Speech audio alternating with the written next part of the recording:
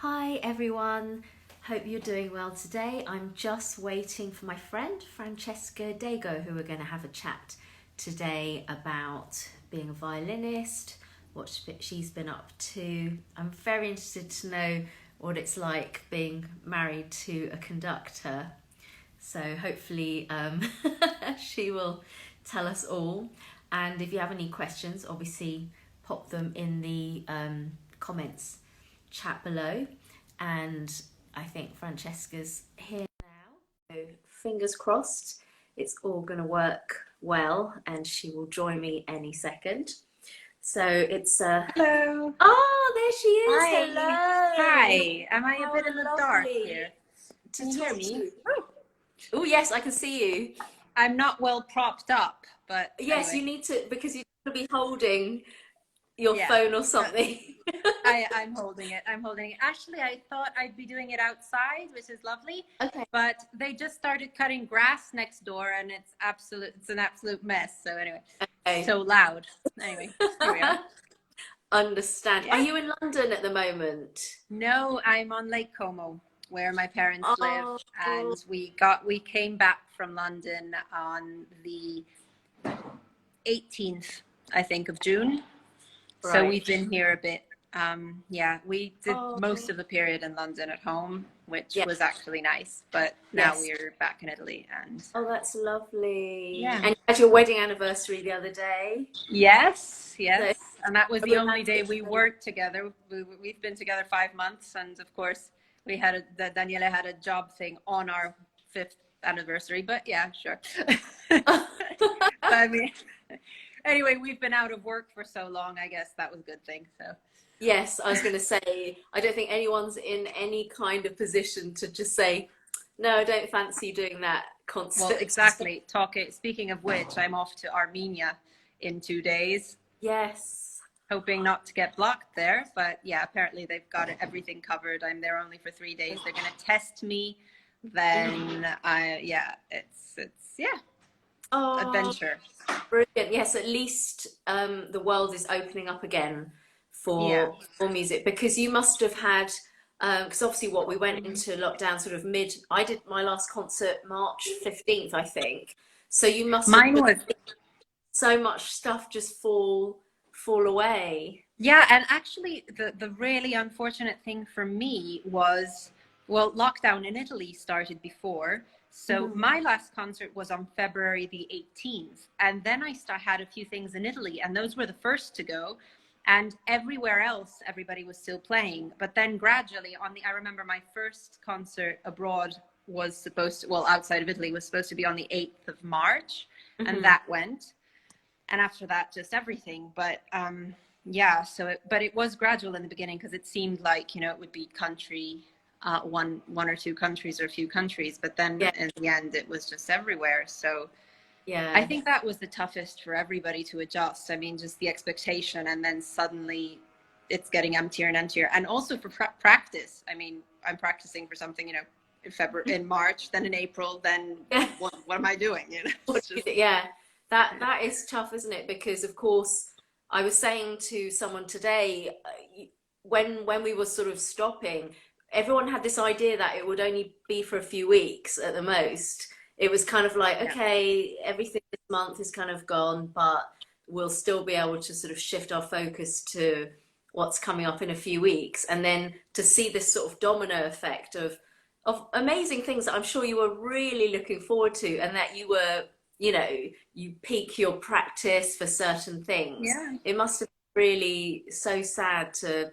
Are there any specific things that you were like, oh God, I really wanted to Well, be there?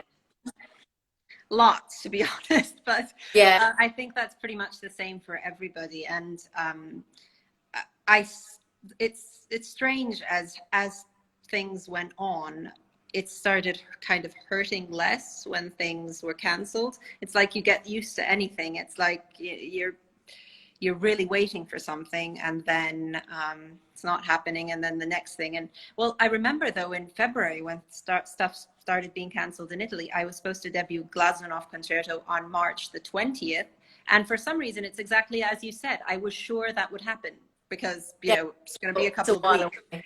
Yeah. And then so of course for that, I'd practice a lot for that.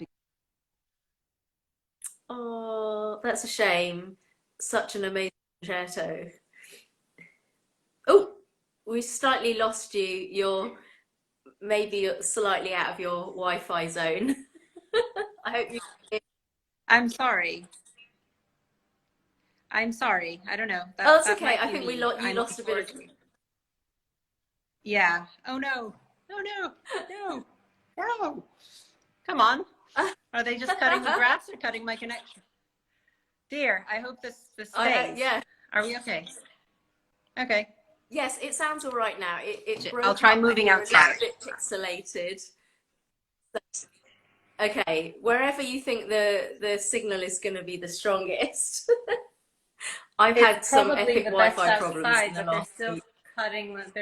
cutting grass. Sorry, we'll try again and Okay, then I'll I move can't it. hear it, so as long as I can hear your voice, Yeah. we're doing well. So you were saying that you had your debut of Glazunov Glazunov, and I was supposed to concerto. then do it again in April with the Halle in Manchester, and so for a while I just kind of kept practicing because I thought, well, I'm going to do it anyway, you know. But then that, of Yeah. course, yeah, it was just yeah, a bit like rolling downhill, and I think it was similar for everybody, and everybody adjusted and started practicing in different ways. And for us, with my husband, I mean, you mentioned before, he's a conductor, and it happened for both of us, and Mhm. so it kind of was double, and we had these ups and downs and moments of being quite low, but we did help each other through them because of course news was coming in first for one person and for the other, so I guess we were Yeah. yeah, I Yeah, that mean must for be tough Daniele having there were a few things also. that Oh he, dear, yeah, really. oh no. Yeah. But it must Wait. be, yeah, it must be tough being with another sort of performing musician. And as you say, you could kind of get yourselves through it, but to see so many projects that you were so excited about and that he was also, to just sort of be like, well, okay, it's kind of, it's just one of those things that we've all had to kind of just pull ourselves Yeah. out of. But if you kept And yourself busy in that time. yeah, I guess. I mean, and the thing is, as you said, it gets further and further away. Daniele was supposed to, we were supposed to spend 2 months in New York in September, October at the Met because he was conducting at the Met, and then of course, nothing there. And so yeah, your plans start getting a bit weird in your head. And but yeah, we did kind of keep busy. We started doing yoga, playing frisbee. Uh, playing together actually. He Yeah, sat down I at the piano saw. again, and he hasn't done that for, I don't know, 20 years, so it was quite cool. We played through some repertoire and everything, and actually ended up with a couple of recitals this summer in the place of concerts we were supposed to do together with him conducting. So Ah, I actually really admired that. That's kind of getting out of your comfort zone because he was never a concert pianist. So, I mean, you know, going from something you have to conduct to actually playing a recital, yeah. although, of course, we put in some, you know, violin stuff to just accompany, but it was, yeah. So Oh, he's been that's practicing the piano. great. Yeah, that's definitely taking yourself out of a comfort zone if it's not something that you've done for so long and kind of. No, and definitely not in kind of But a high I think, profile festival where you're supposed to conduct. I mean, it's just and you like, know, everyone's homing in, or you know, oh, let's see how yeah. good a pianist he is, and things. Oh, Yeah, but on the other hand, I think it's quite admirable. So I think probably most people will be supporting him in that, I guess, because they I'm know that. sure. But And I think it's yeah, great that you're able to have something else, to offer something else, because, you know, it's disappointing for so many of these places when, you know, festivals are completely cancelled and things. So the fact you can still give them a live yeah, performance is going to be so special. I did see some of your stuff on Instagram where you were playing together, and I just wondered if that was something you had always done Not No. really. I mean, he's always been amazing with me when I was like learning a new concerto. So he'd play through it with me because of course he's a conductor. So A, it interests him, it's his repertoire too, and B, he can also give me some insight about. And he's such a good sight reader. But that's the thing, he never practices the piano, so he can kind of pretty much read anything. But that, you know, when you actually want to play a Beethoven sonata, it's a bit different. So it's just changed his perspective on practicing since school years, I think. But yeah, we've always played a little bit together, but nothing professionally, let's say. Or maybe actually we've sometimes done an encore or something after a concerto or whatever. So he'd sit down piano and do something really, But and was the yoga led by one of you that usually does yoga? I'm assuming you just decided to. Well, I've always kind of thought I ought to try. I've done it a few times in classes or whatever, just at our local gym, but never really seriously. And so we started doing some workouts and stuff like that. And then actually Daniele's sister does it more seriously. So she sent us this video for really just non-flexible people. We started doing that, and somehow we got dragged in, and it was cool. Good. Yeah. Because I think we've always needed to do something. You've got a fan here sending love from Brazil. From Brazil. Okay. So, hello. Don't forget, any questions you want to ask Francesca, post them in the comments below. As I say that. So you were actually meant to be, is that in New York in the next season coming up? Well, September, October. This was Daniele. He was supposed to conduct at the Met, and we'd actually organized it. So I had some stuff in the US too, and we could just be based there for a month, which was going to be really cool. But there you go. Because it's always very difficult to actually, but it's difficult to organize stuff around each other anyway, in the best of cases. So when we do, it's a bit of an event, and so that was definitely one of the most. And Daniele was supposed to conduct at Salzburg Festival this summer, which of course was a biggish blow. An important festival to be at, I think. You've got a Canadian fan here. Love from Canada. That's nice. But it is tough. How did you feel about motivating yourself? Because I've spoken to so many people in different areas of creative industries, because this is why I started doing these chats, because I was so interested to know how people got themselves out of maybe some kind of motivation slump where you just think, well, there's no concert for the foreseeable future. What is the point? I just can't be bothered. And then you fall into this sort of spiral. Did you just sort of carry on with what you do, or did you find yourself a little bit low at one time? Well, I was low, definitely. And I was, as I was saying, I didn't know what to practice anymore when things were being canceled gradually. But I kind of snapped out of it when I decided to give myself a schedule. So to stop practicing stuff that I didn't know was going to happen. Because in any case, I'm a pretty good last minute practicer. So I thought, okay, if they do happen, I'll do it the week before. But I mean, I stopped believing anything would happen, and I decided to learn things I really wanted to, and to give myself a schedule for it. And I decided that was going to be Bartok 2, which is one of the things I really wanted. I do have to learn because I'm supposedly playing it in February. And I just thought, this is the best time to do something that is going to be incredibly difficult, time consuming, and I can do in a different way, and I can really, learn the score. I can do it. And I'm going to have it from memory by June. So this was March. And I guess that really gave me something to focus on. Oh, you've gone. Okay, no. I know, I'm back. So, wait, we have a question then.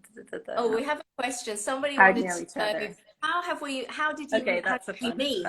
How do we know each other? Have we played together? We haven't actually worked together yet.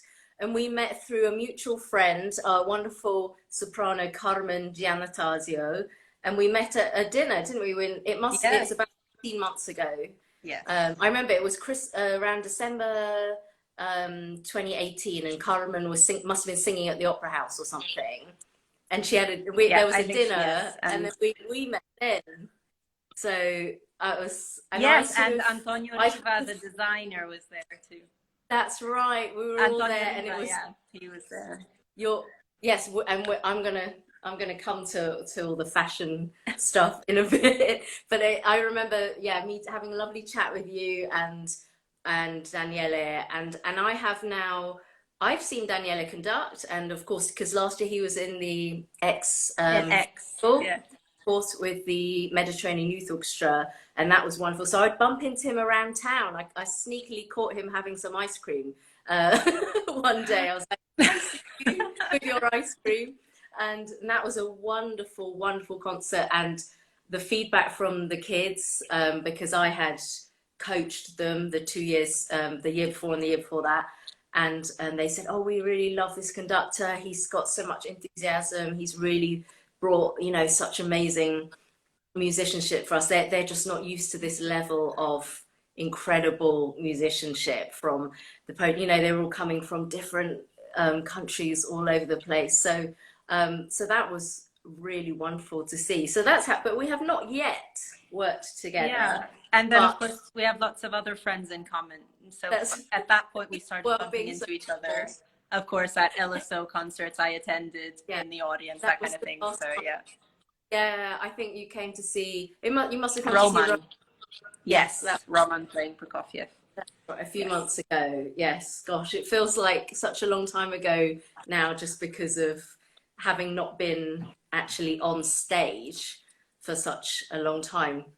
So you've kind In of spent, fact, that was really towards the end of everybody playing, wasn't it? I mean, it yeah, was yeah, it was yeah not that long before, I before think. everything stopped. Yeah, that's right. It was, yeah, if we stopped, yeah, mid-March. It really wasn't that long before that. And so you've given yourself sort of projects like I'm going Yeah, to give myself exactly. plenty of time rather than being more last minute.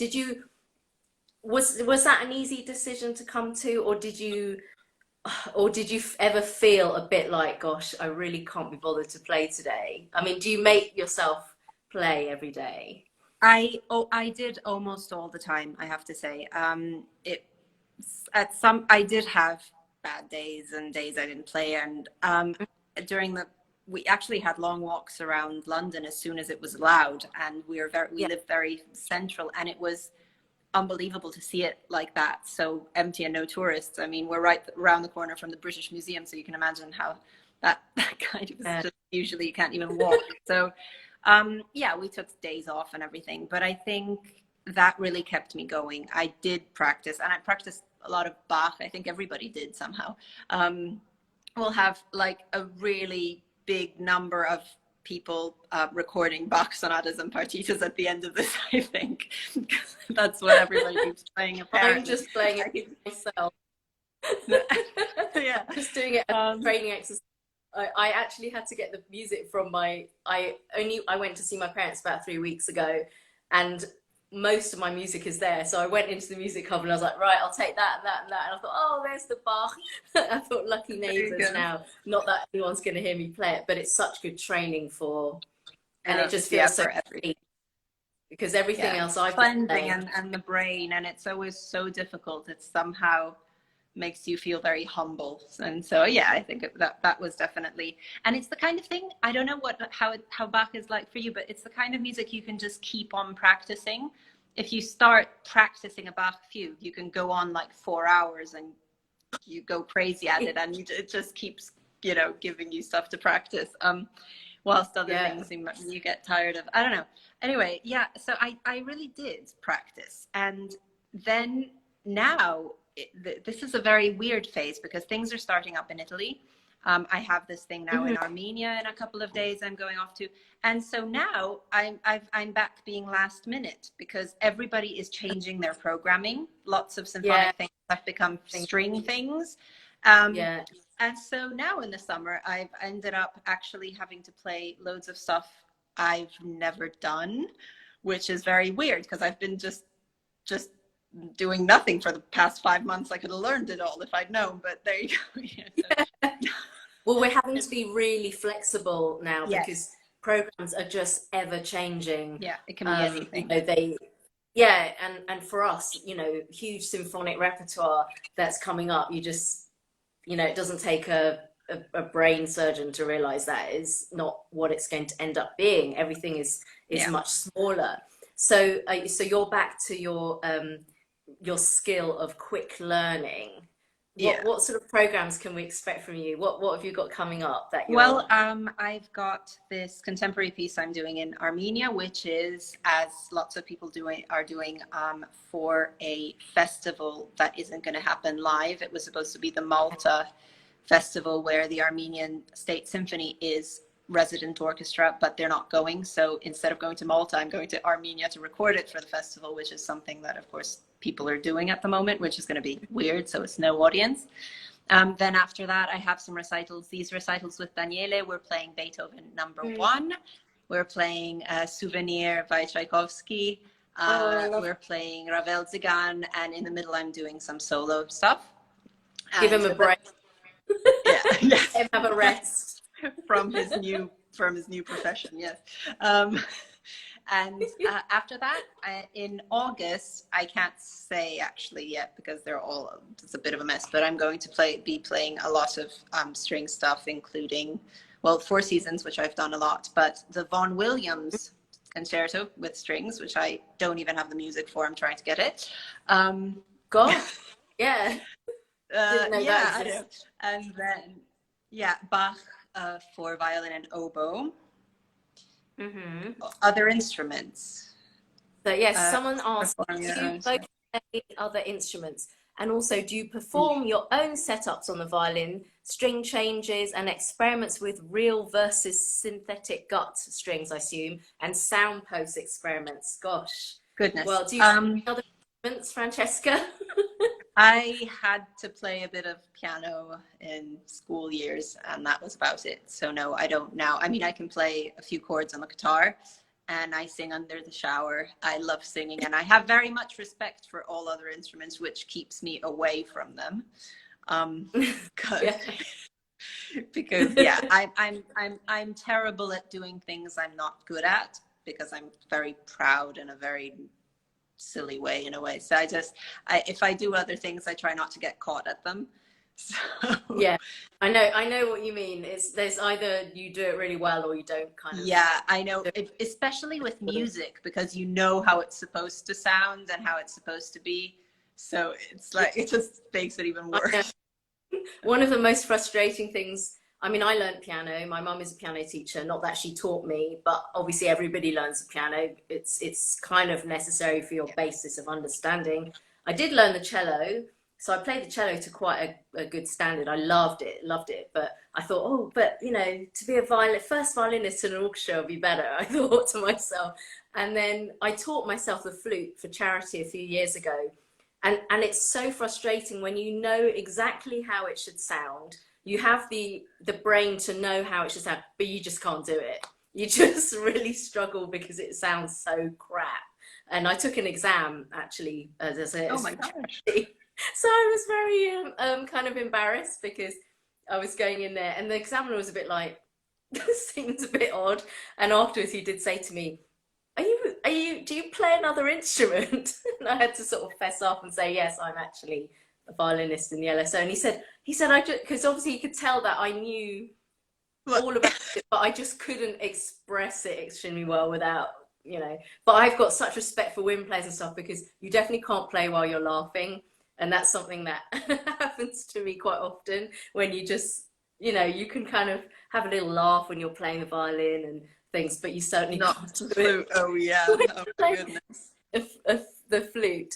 And are you a bit geeky with your violin? Like, do you change sound post places? Then I assume is this the kind of the question that was asked. No, I don't do it. I try not to do it myself. I mean, I've asked improvements, and I've asked friends, and Florian Leonard, who's given me the violins I play usually. So it's I wouldn't play around with his sound posts, I have to say, without asking. I know. I'm amazed when people say they do things. I don't even. You know, hi Florian, I just moved the Del Jesus sound post, but I hope that's okay. No. You know, But I No. don't even like undoing. I had to do it recently. I had to undo a bow so that obviously the hair and the stick came apart. And I'd never done that before. And it was, my heart was racing. It just felt like I had a twig, a totally fragile twig in my hand. But people do it. I see people doing it all the time, like, oh, check this and that. And I was just like, oh no, I'm not good That's with, good, yeah. leave it to the No. professionals. Yeah, I try to leave it to the professionals. Strings, I've tried pretty much everything.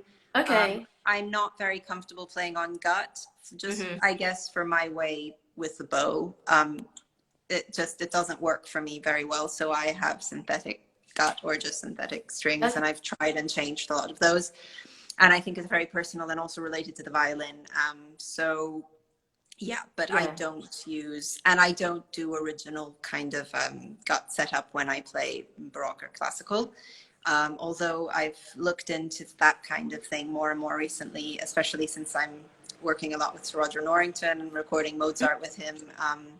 So yeah, but I've drawn the line at strings and actual setup, because that changes lots of stuff for me. Well, and also the tuning. I cannot play half tone Yeah. lower. I can't do that.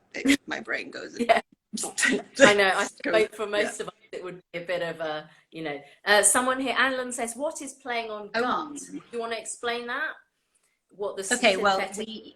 if you've seen a violin, of course, there are strings. We have 4 strings, and in it, well, originally strings were made of gut from animals, and sheep, I think, mostly. Yeah, Um, probably. Yeah. So, and that was all there was, really. So they had a different kind of sound, and specialists who play music, older music, now use them nowadays too. The E string, for instance, used to break a lot. So that was the first one to go. And actually, Paganini was the person who changed that. He kept breaking Mm. the E strings because of the gut. And so he went to his local, I don't know, blacksmith, and asked him to make him just an iron kind of string to Oh, get put on his violin. And he actually invented the E string as well, that's really, the first version of what we're used to now. wow, Um, that's amazing. yeah. I, So after that, of course, they changed. They found other materials to use instead of the gut, um, including this perlon stuff they put in the strings. And so nowadays, you can divide violinists between who prefers gut, which is actually usually covered with either silver or other metals, and who actually plays on gut. That's in a nutshell what playing on gut is. I know it sounds a bit yes. yucky and weird. Plus, I'm a I've only known vegetarian, one so I don't like the idea much anyway. Yeah, it's something else, isn't it? And they do break. They're very, very gosh, they don't have longevity. Our previous leader, Gordan Nikolic, used to play on full gut strings, and he was forever. The strings were flying off all over the place, and it was really. Well, and it I gets mean, I really thought, terrible traveling. No, it gets worse when you yeah, travel. and it's You can't. all, he was tuning his violin all the time.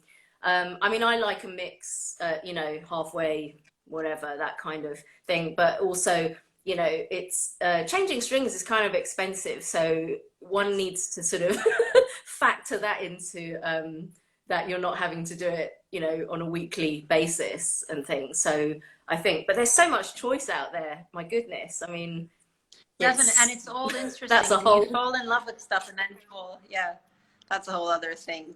yeah, Geeky violinist thing. yeah, But it's true for yeah. me. I've actually gone back to the simpler things when traveling a lot, because if you go from, somewhere north to somewhere Southeast Asia or whatever, where it's incredibly humid, and you'll be in real trouble if you need to keep adjusting the strings. It's just so yeah, I've gone back to maybe a sound that I'm less in love with, but that is really always focused and where intonation and tuning is. So Yeah. yeah. It is important. And look, I mean, as you say, with traveling, obviously that's a huge huge thing for any violin soloist. Is that something that you love, that part of the job, traveling to new places, playing in different halls? How do you deal with kind of being on the road so much? You mean how did I used to like traveling? Yeah, Yeah, when not right now, but that in was a our normal thing. Let lives me think. before 2020. Yeah, Yes, well, no, I just, okay. if that's something you like. Not everybody loves the element of traveling around. I do. I find it fascinating, and I've seen so many places I would never have had the opportunity to go to. Is that, do you feel that as well? Do you just love visiting different places and making new sort of I do. connections with Yeah. I do. I love that part of my job. And especially now, it's an odd moment to ask because that's one of the things I miss the most.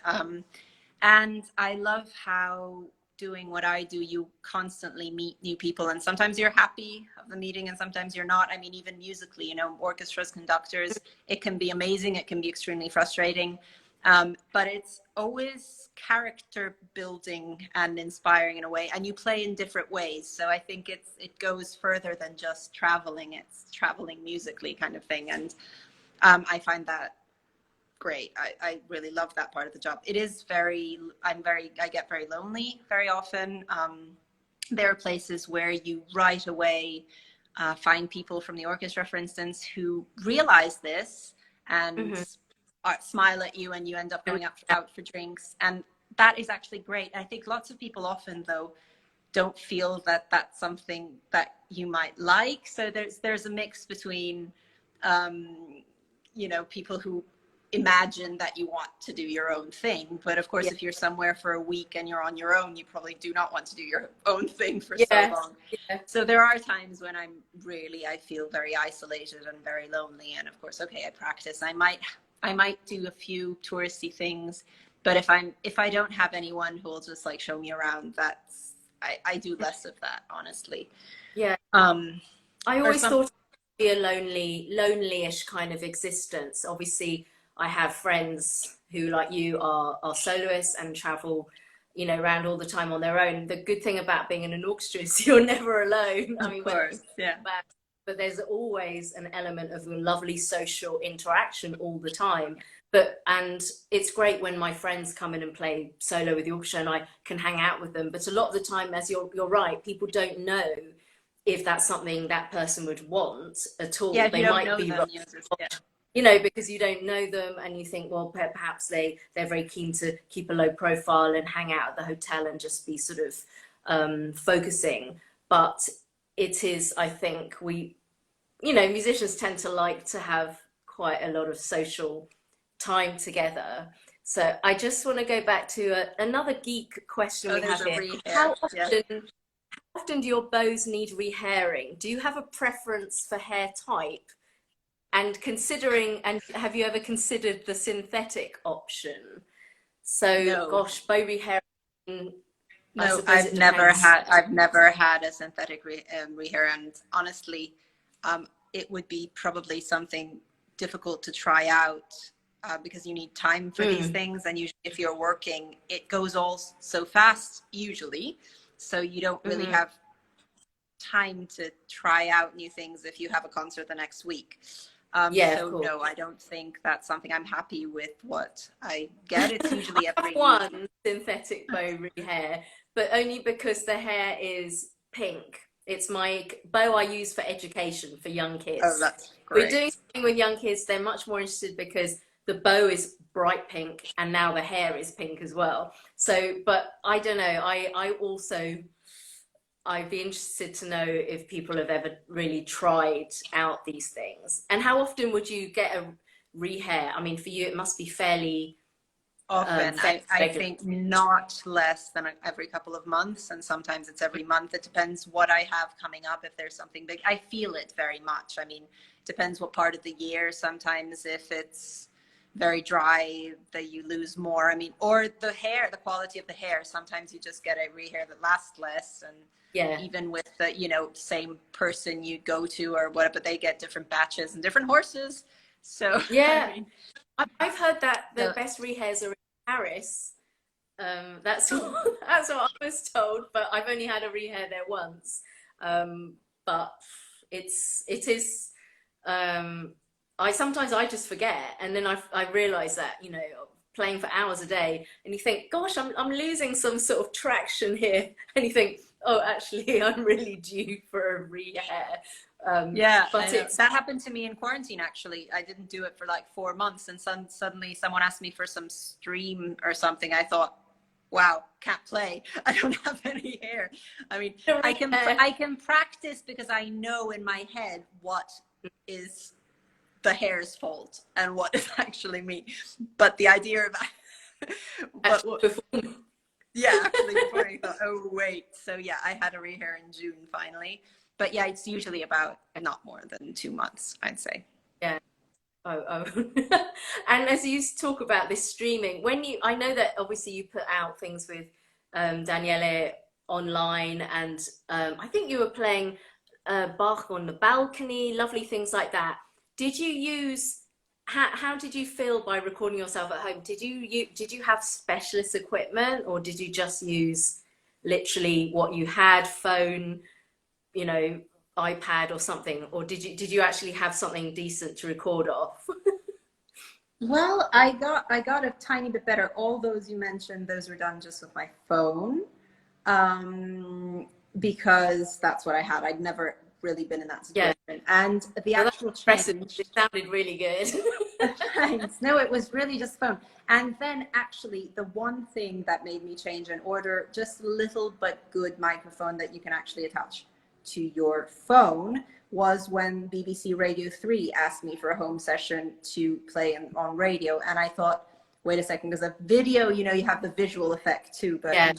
playing on radio, I'm not sure I want that to be something done with my phone. So at that point, I actually asked for Okay. some advice and got a small, good microphone. It doesn't, it does that little bit that I think goes a long way. So I was happy with that. It changed a bit, and now I have it. I mean, it doesn't. So I Yes. learned a little bit about that.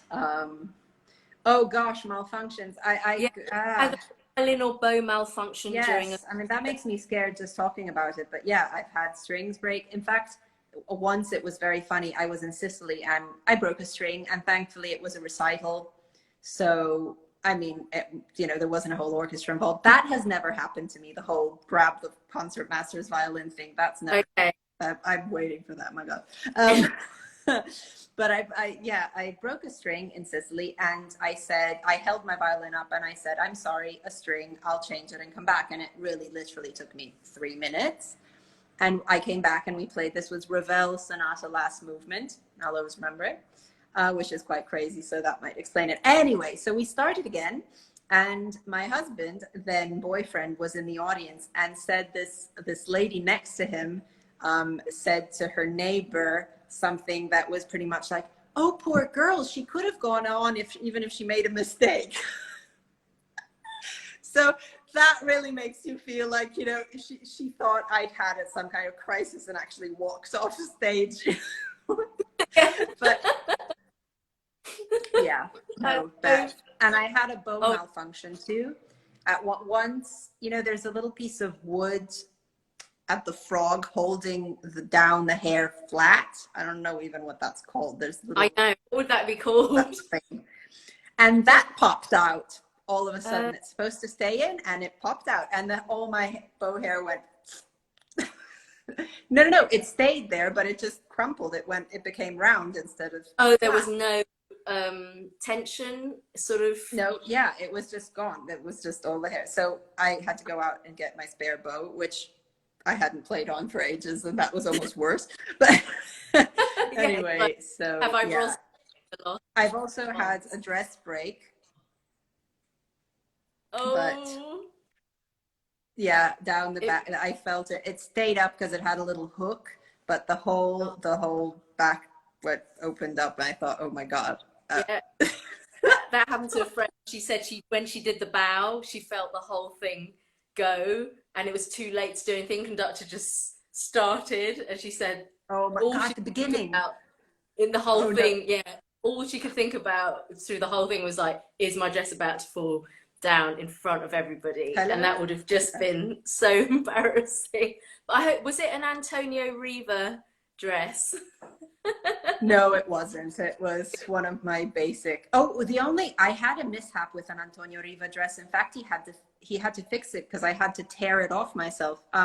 Oh, I couldn't get it off after a get out. concert. Like Jane Fonda cut herself out of her Oscars dress one year because she went home, realized there was nobody there, and she sort of like half slept in it, and then I think she had to cut herself out.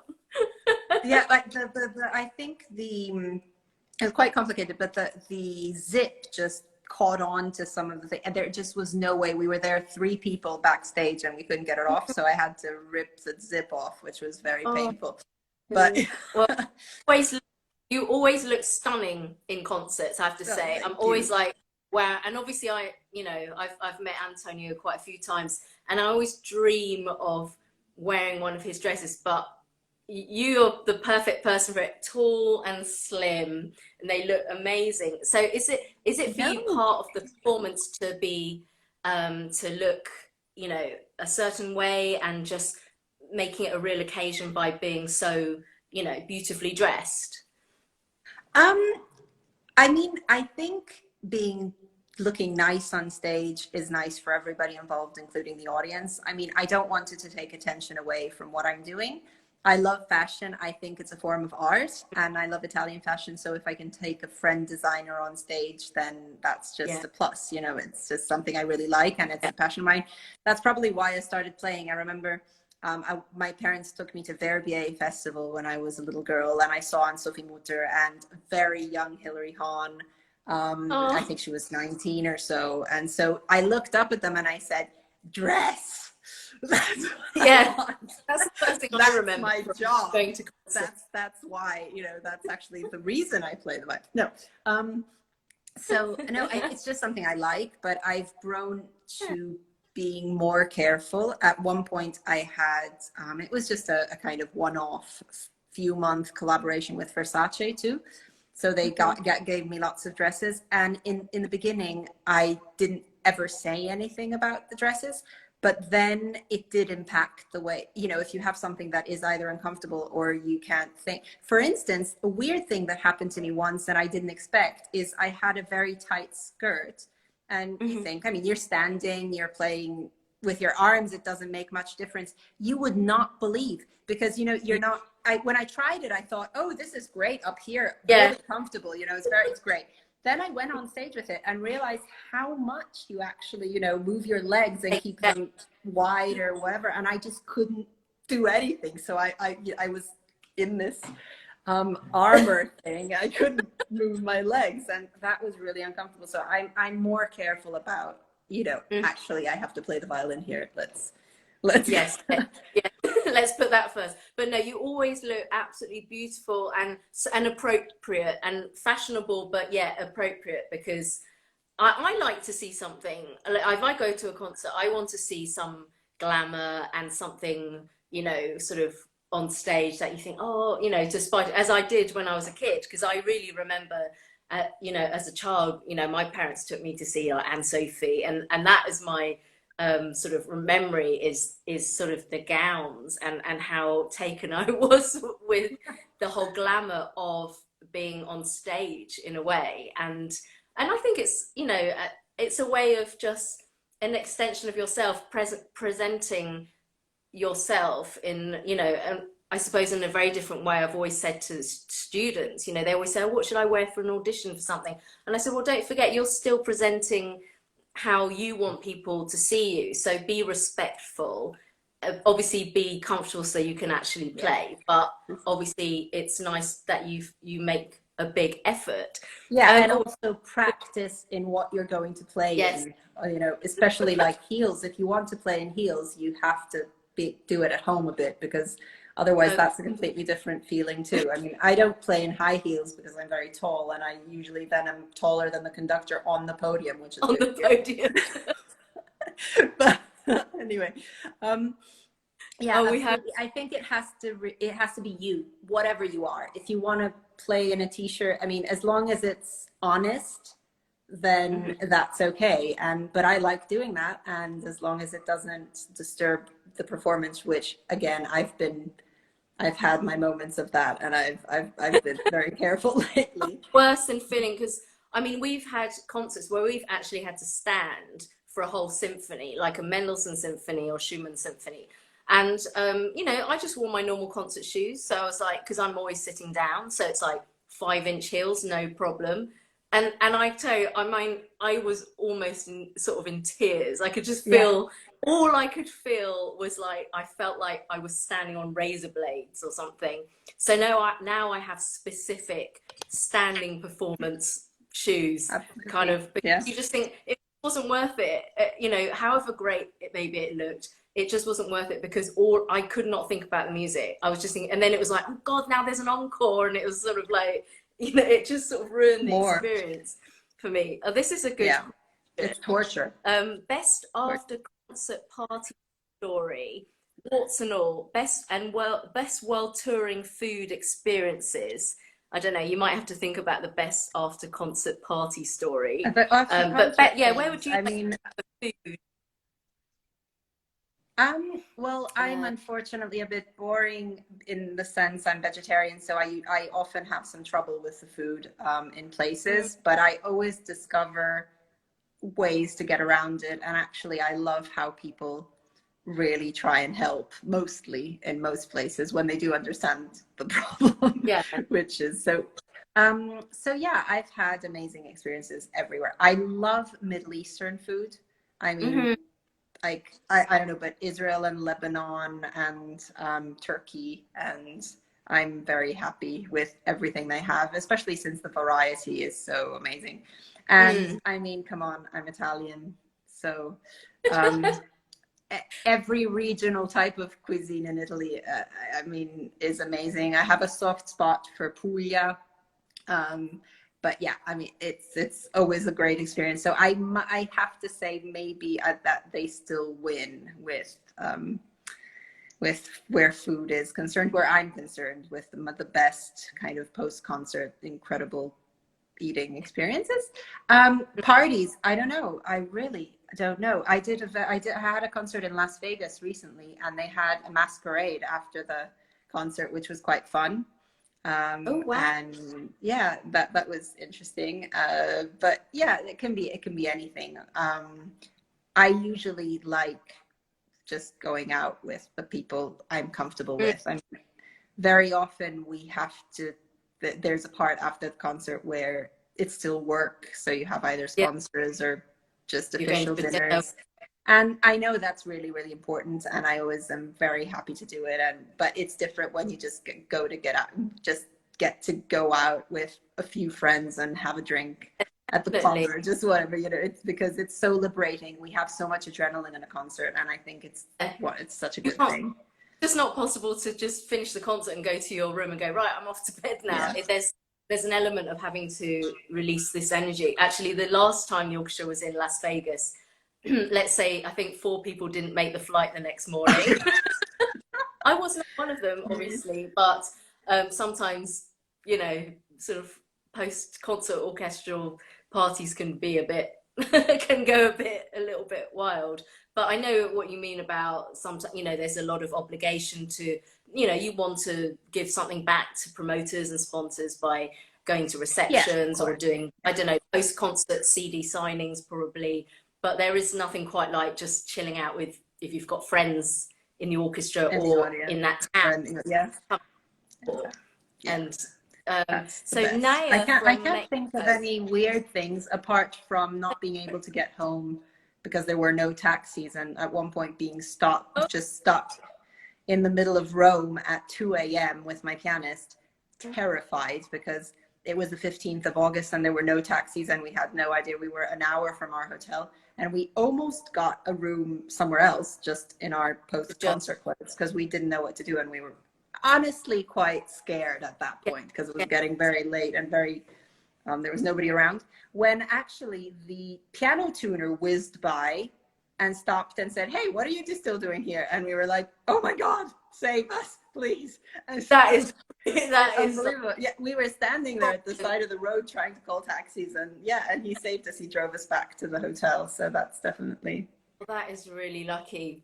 We yeah, have I another think. question Favorite here melodies. from Naya. Which is one of your favorite melodies and why? Hmm. Okay, violin would oh my God. Melodies. It's impossible. Um, Second movement of Prokofiev Concerto Number 2, second movement of Brahms Concerto. Generally, instead, I might go for opera. Anything Puccini. I adore Puccini. I listen to a lot of Puccini. So, duet from Madame Butterfly, the duet from the second act of Manon Lescaut. I mean, lots of things that make me Too much. cry a lot. Yeah, Um, yeah. but melodies, my God, there's so many amazing melodies. I know I'm going to finish this and say, oh dear, no, I missed that. But yeah, I think. But do you find yourself drawn more to listen? If you're like listening, if you went to a concert or you were choosing to listen to music, do you tend to veer away from violin repertoire? So would you be like, oh, I really enjoyed to just listen to an orchestral concert or an opera or something, not obviously not just solely. Both. I actually love listening to violin repertoire, and I love going to hear a colleague maybe I know and not being judgy at all, but being supportive. I just love the fact that there are so many good violinists out there. I have to say, I think it's amazing. And I always find it inspiring.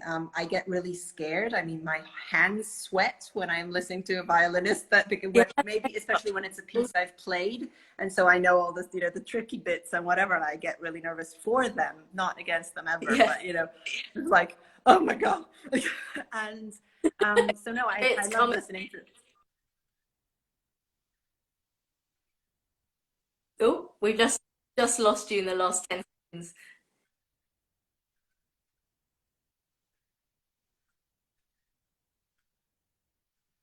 Hello, I'm back. I'm here. Am I here?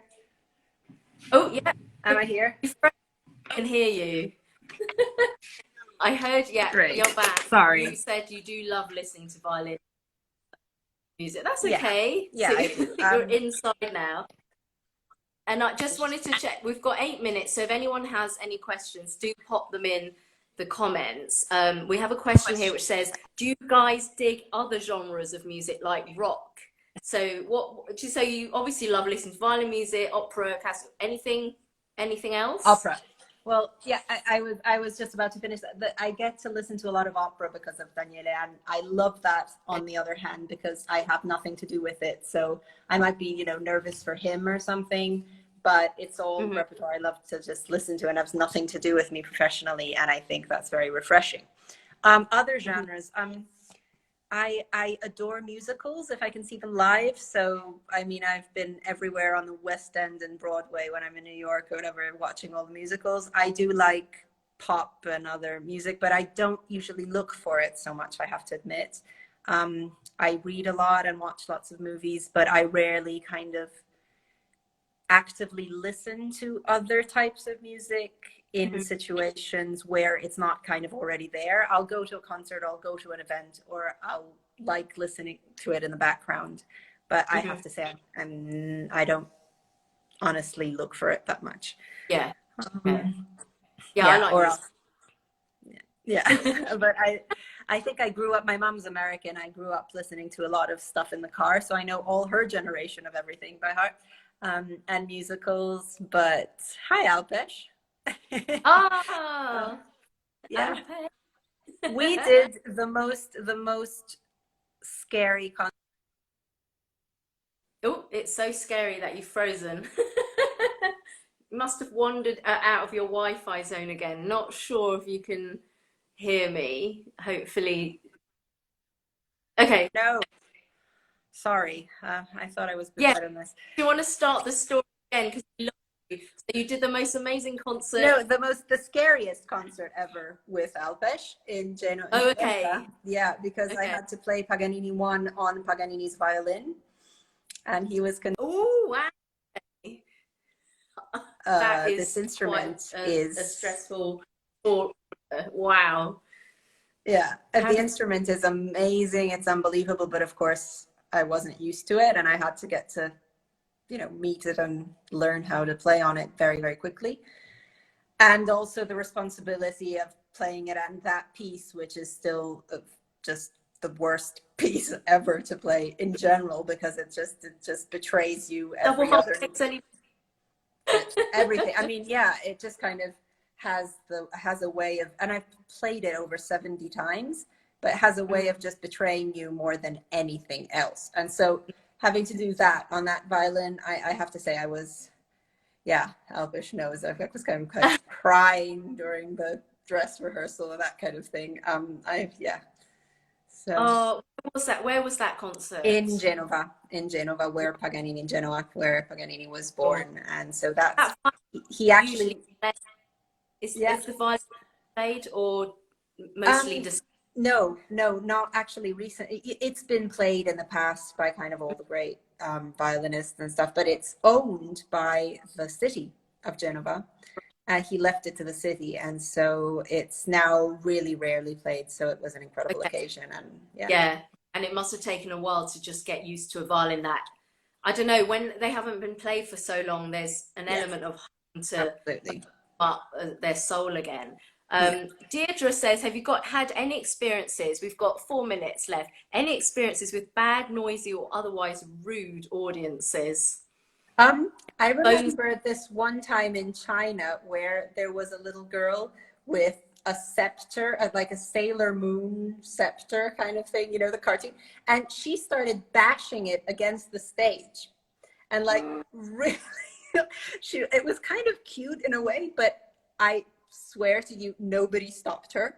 I mean, so this just went on. It was kind of surreal. We were playing Fauré Sonata, and I just was thinking, she must have a mother, Someone must be there. It was just so funny.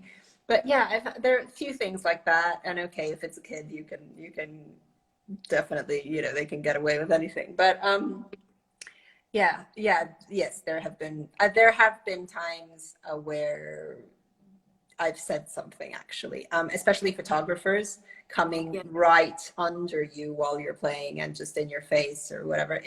Concentration is really a lot. And if you're playing from memory, you're really looking at the audience. So if somebody's moving right in front of you and in your face with a camera, that can be very, You're out of, yeah. yeah. But yeah, I remember the scepter girl, definitely.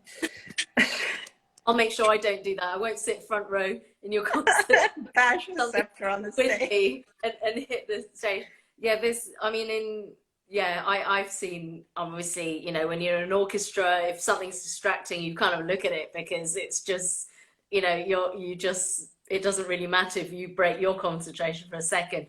But it is amazing how many people end up doing things that are totally kind of, whether it's fanning themselves because it's hot and they've got like 10 bangles. And it's like, and you're just like, can you not actually hear that? It's incredible. Yeah. Of the music, and obviously so many phones going off in concerts. That for us just happens obviously so often. Well, we've got only about a minute remaining, so just wanted to say good luck with all the wonderful projects coming up. Thank you. You too. Do you have any idea when you're starting up again, or we are going to meet as an orchestra at the end of this week, as a smallish orchestra, and try some things. So it's kind of getting there. It's just taking a long time to make venues stay and make sure everybody is going to have best practice with this whole virus situation. So I hope that we're all going to be able to be on stage in our normal capacity. And I hope that we get to work together at some point. And that would be wonderful. And definitely meet up again soon. And thank you for this. This was really lovely. It was fascinating. I learned some things, and I hope people will have enjoyed learning a bit more geeky things about the violin, and also about your kind of concert schedule. So let's see each other when you get back to London. Yes, definitely. Love to Daniele, and take care of yourself. Yeah, you too. Safe travels. Thank you. Bye. Bye. Thanks. Bye.